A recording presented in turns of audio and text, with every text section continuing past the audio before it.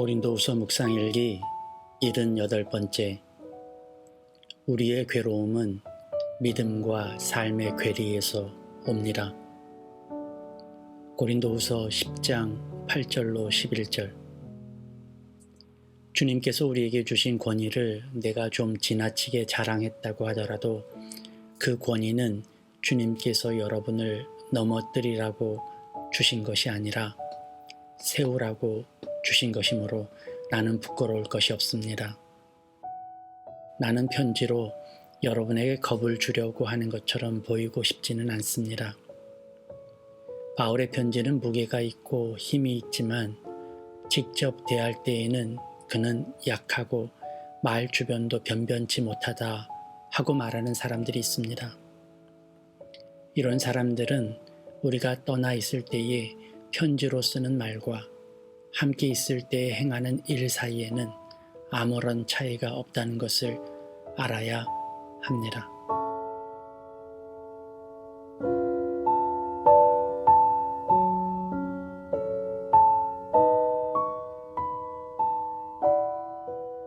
좋은 아침입니다. 벌써 금요일이네요. 연말이라 그런가요? 시간이 화살처럼 빨리 달아납니다. 그래도 나를 벗어난 시간은 단 1초도 없을 겁니다. 빨리 지나가도 다 나의 시간이죠. 그래서 지나간 시간을 축복하시면 좋겠습니다. 쓸데없느니, 아무 일도 못했느니 지난 시간을 저주하지 마시고요. 그래도 귀하고 아름답고 복된 시간이라 축복하시면 앞으로 올 시간이 복될 줄 믿습니다. 바울은 자신에게 쏟아진 비판들에 대해 다시 언급합니다. 이미 며칠 전 나눴던 말씀이죠. 사람들은 바울이 우유부단하다는 소문을 내었죠. 그의 온유와 관용을 왜곡했던 거죠. 이것이 못내 억울했을까요? 바울은 재차 언급하고 있습니다. 그런데 이 언급은 또 다른 방향의 비판에 대해 설명하고 있다는 사실을 깨닫습니다. 그것은 바울이 말과 행동이 다르다는 비판이었던 것으로 보입니다. 당시 어떤 소문이 있었는지는 정확하지 않으나 바울이 제시한 말로 보아서는 이런 비판이었던 것으로 보입니다.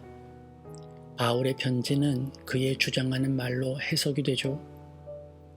그 편지가 무게가 있고 힘이 있다는 표현은 좋은 표현이 아니었을 거예요. 바울을 비판하는 입장에서 좋게 말했을 리 없겠죠. 아마도 속뜻은 그 편지가 강압적이고 하나님을 빙자하여 겁을 주는 그런 말이라는 뜻이었을지도 모르겠습니다.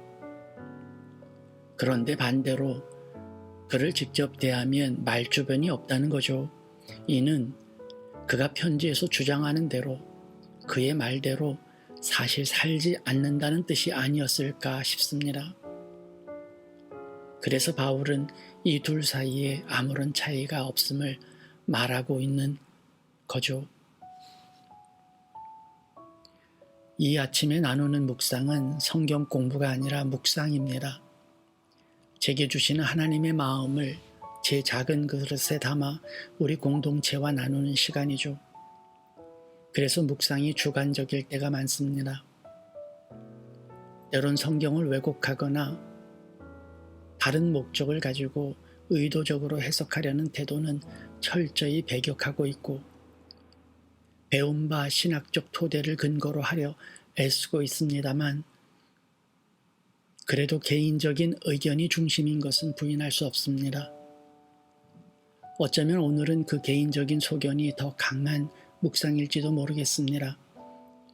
오늘 말씀을 통해 저는 목회자로서 말씀을 나누고 함께 믿음을 고찰하는 구도자로서 저의 다짐과 고백을 나누고 싶기 때문이죠. 저는 목회자로 부끄러운 것이 많습니다. 그 중에 가장 큰 것은 제가 선포하는 말씀과 제 삶 사이에 큰 괴리감이었어요. 때론 고차원적인 삶의 태도를 주장한 적도 있습니다. 남과 다른 메시지라고 주장하며 기존의 교회와 차별화를 꾀한 적도 있죠. 이 때문에 한때 사람의 이목을 끈 적도 있습니다. 그러나 그 말씀과 방향성과는 달리 저의 삶은 함께하지 못했습니다. 사랑을 외치며 사랑에 갈급했고 용서를 외치며 여전히 용서하지 못한 사람들이 마음에 있었습니다. 평안과 긍휼을 주장하며 많은 나눔과 헌신을 했지만 제 삶의 기쁨은 없었어요. 비난을 받아야 할 사람은 바울이 아니라 바로 저였습니다. 말과 행동이 다르고 생각과 삶이 다른 저였어요. 이제 저는 다른 삶을 살려고 해요. 공동체 가족들은 눈치채셨겠지만 어느 순간부터 달라진 저를 봅니다. 그 달라짐은 다름이 아닙니다.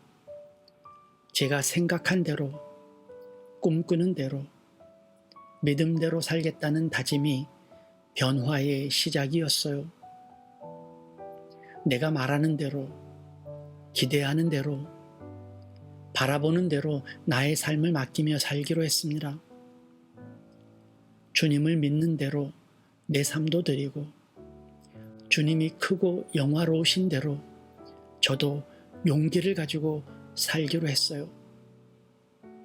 그래서 여러분 앞에 고백합니다. 말과 행동이 다르지 않은 구도자가 되겠다고 말이죠.